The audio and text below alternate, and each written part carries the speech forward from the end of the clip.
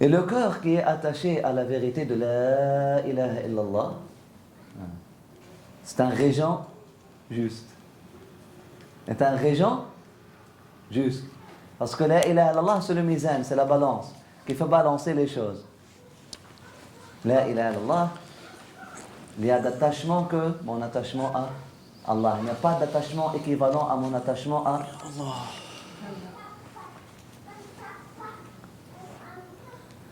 Il y a une sourate dans le Coran.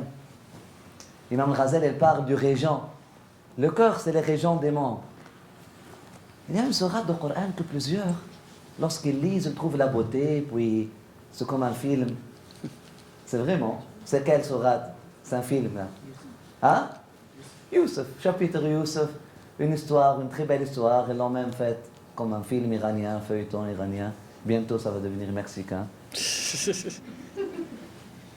Mais plusieurs ne comprennent pas la profondeur de l'histoire et comment les compagnons du prophète, la génération même du prophète, c'est quoi ils nageaient dans quelle mer là lorsque la sourate Yusuf a été récitée?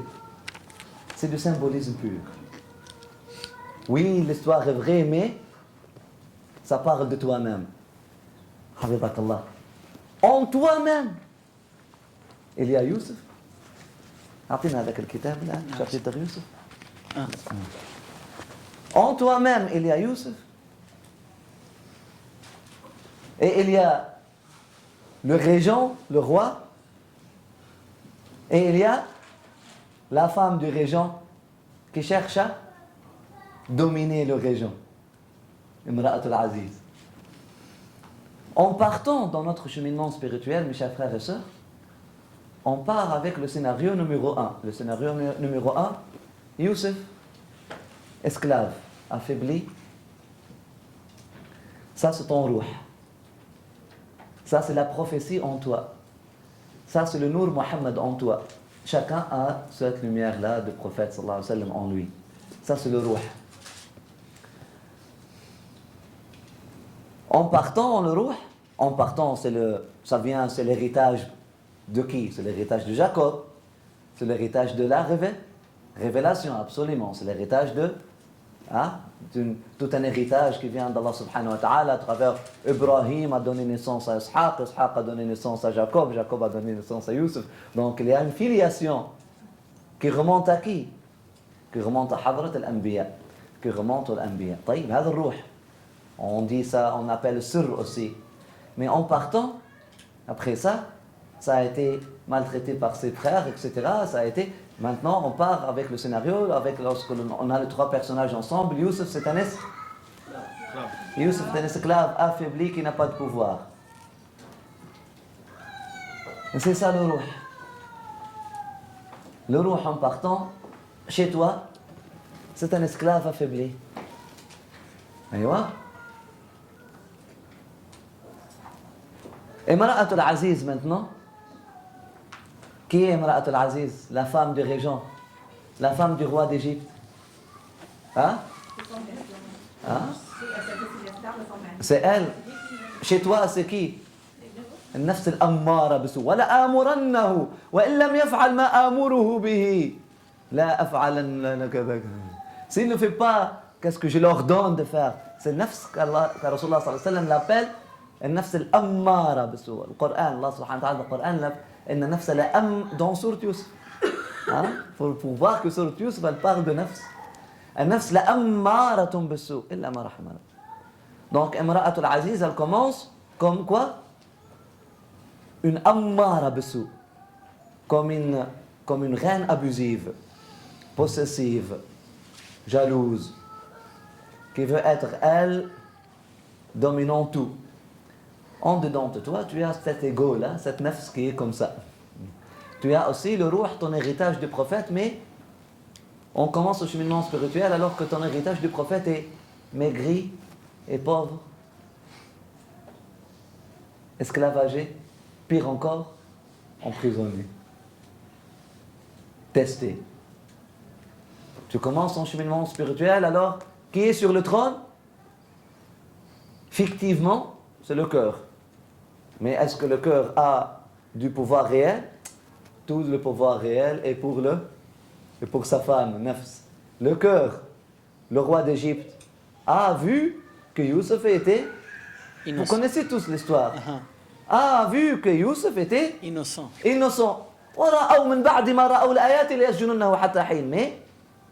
il n'a pas pris la décision de libérer Youssef. Au contraire, il l'a mis dans la prison, il l'a oublié dans la prison. Pourquoi? Parce qu'il était... c'est un roi qui n'a pas de pouvoir. Il voit la justice, mais c'est un roi qui est dominé par son épouse. C'est un cœur qui est dominé par Hawa Nafs.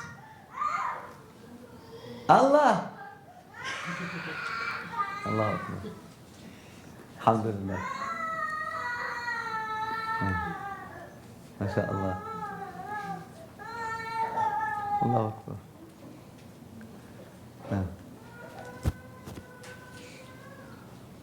C'est un cœur qui est dominé par Nafs al-Amara Bissou, par son ego. C'est un cœur qui est dominé par son hawa, par ses passions, par Nafs.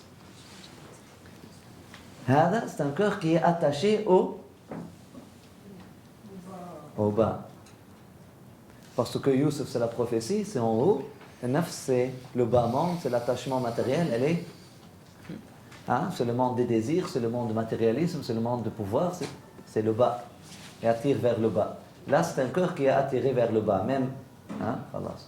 Donc, on commence comme ça notre cheminement spirituel. Maintenant, avec le sacrifice, avec la patience, le ruh, et avec le dhikr d'Allah subhanahu wa ta'ala, le ruh se renforce. Et le plus qu'on avance dans le cheminement spirituel, le ruh se renforce, nafs vieillissent et s'appauvrissent. Et grève de faim. Et là, parce que c'est quoi la nourriture de nafs? C'est toujours le désir, plus avoir plus, c'est jamais. Et voilà.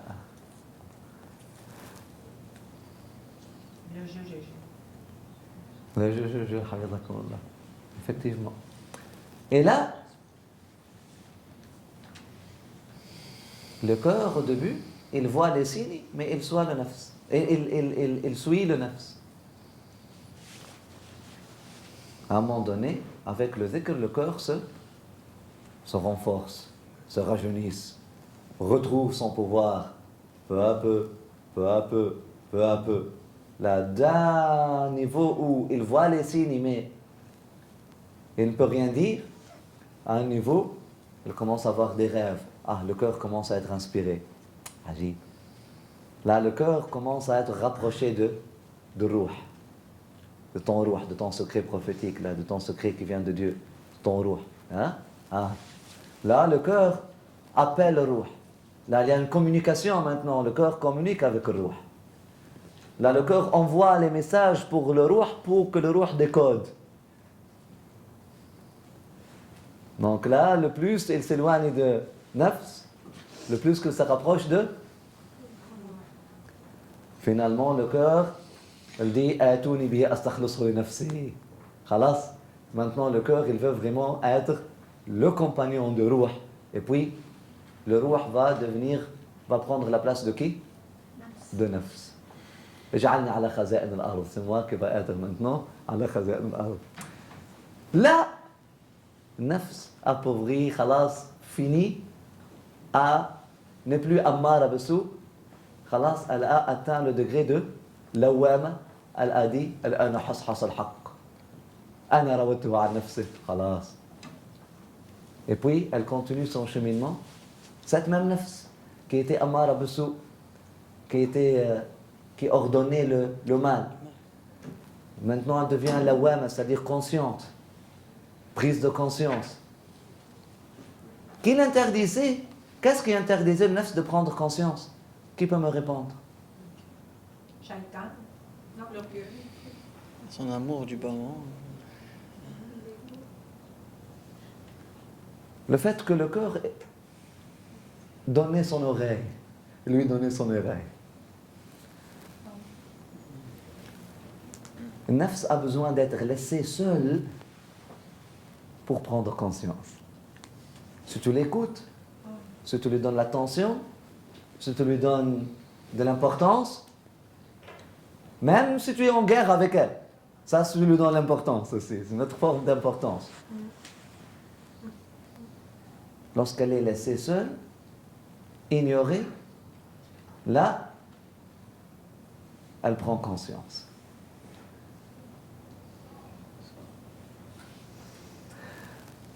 C'est toujours la responsabilité. Qui est le régent?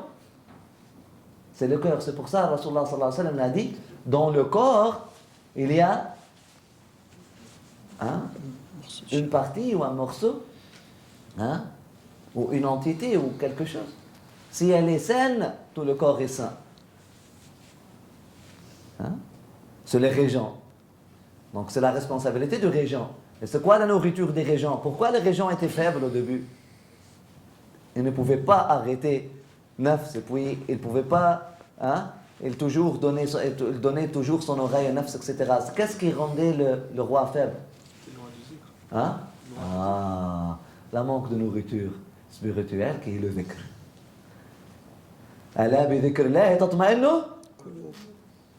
C'est dans le dhikr d'Allah subhanahu wa ta'ala que le cœur trouve leur nourriture. C'est dans le dhikr d'Allah subhanahu wa ta'ala. C'est pour ça qu'on fait dhikr, mes chers frères et sœurs. C'est pour renforcer et appuyer la régence du cœur contre la régine. Pour ceux qui jouent au cartes, ou qui ont joué au cartes. Mokhira, ça va, Mokhira. C'est pour renforcer le roi contre la régine, l'usurpatrice du pouvoir. Le plus que le cœur est renforcé avec le dhikr, le plus qu'il devient inspiré, le plus qu'il va aspirer pour ruh. Le plus qu'il va communiquer avec le ruh. Le plus qu'il s'éloigne de nafs. Le plus que le nafs se trouve seul, isolé, ignoré, le plus qu'elle se rapproche du moment clé qu'on appelle la prise de conscience. C'est le passage de nafs al-ammara bisu à ce qu'on appelle nafs al-lawana. Nafs qui est consciente. Cette même nafs maintenant, on ne va pas s'arrêter là. Si on la laisse seule, puis elle voit les deux autres sont amis, le roi et Youssef sont amis là-bas, et elle est laissée seule, elle ne va pas. Elle va commencer à aller vers cette direction-là, elle aussi. Elle va commencer à aller dans cette direction-là, elle aussi. Elle devient nafs mutma'inna. Elle devient nafs aussi mutma'inna, elle. Comme le qalb est mutma'in bidhikr, elle devient mutma'inna. Et puis elle continue son cheminement. Elle devient nafs radiya, rassurée. Et puis elle devient mardiya. Et puis elle devient kamila. Ajib. Jusqu'à un moment donné, dans l'histoire de Youssef et la femme du roi, à un moment donné, Youssef était marié à la femme du roi, finalement. Et puis par un miracle, Allah subhanahu wa ta'ala lui a donné le miracle de rendre cette femme-là qui était vieille, jeune, avec un miracle, elle a touché de l'eau, puis il l'a jeté sur son visage, elle est devenue jeune, puis il s'est marié avec elle, etc. Dans le hadith, nous avons cette histoire-là. Et l'union maintenant entre nafs et ruh. Mais pas l'union qu'elle voulait, qu'elle cherchait elle avant. Elle cherchait l'avant qu'elle dominait. C'est pas ça. C'est du symbolisme pour comprendre qu'en toi, il y a la Trinité. Passer de la Trinité à Tawhid, elle est où, sœur Jacinthe? Elle est là. Passer de la Trinité au Tawhid, c'est pas juste passer de on croyait Père, Saint-Esprit. Le vrai passage de la Trinité au Tawhid, c'est le passage de être trois, on a, à devenir un. Au début, on est des entités séparées, hein, qui cherchent. Puis, Youssef est dans la prison. Imra'at al-Aziz, elle abuse de pouvoir. Al-Aziz n'a même pas de pouvoir, c'est juste un pouvoir fictif. Et puis, on continue avec le renforcement du cœur par le dhikr. Tout commence avec le dhikr. Le cœur se renforce avec le dhikr, il penche vers le ruh, jusqu'à ce qu'il devienne avec le ruh, ce qu'on peut dire, il est devenu un avec le ruh. La nafs, isolée, elle ne peut plus supporter cette situation-là. Elle commence à naviguer, à cheminer elle aussi vers qalb ruh. Et puis là, elles deviennent les trois ensemble, mais un. Là, tu deviens ruh al-ruh. Là, tu deviens toi, ton nafs et ton qalb et ton ruh. Hada, le degré ultime. Et c'est pour ça qu'Allah subhanahu wa ta'ala nous a créés, mes chers frères et sœurs.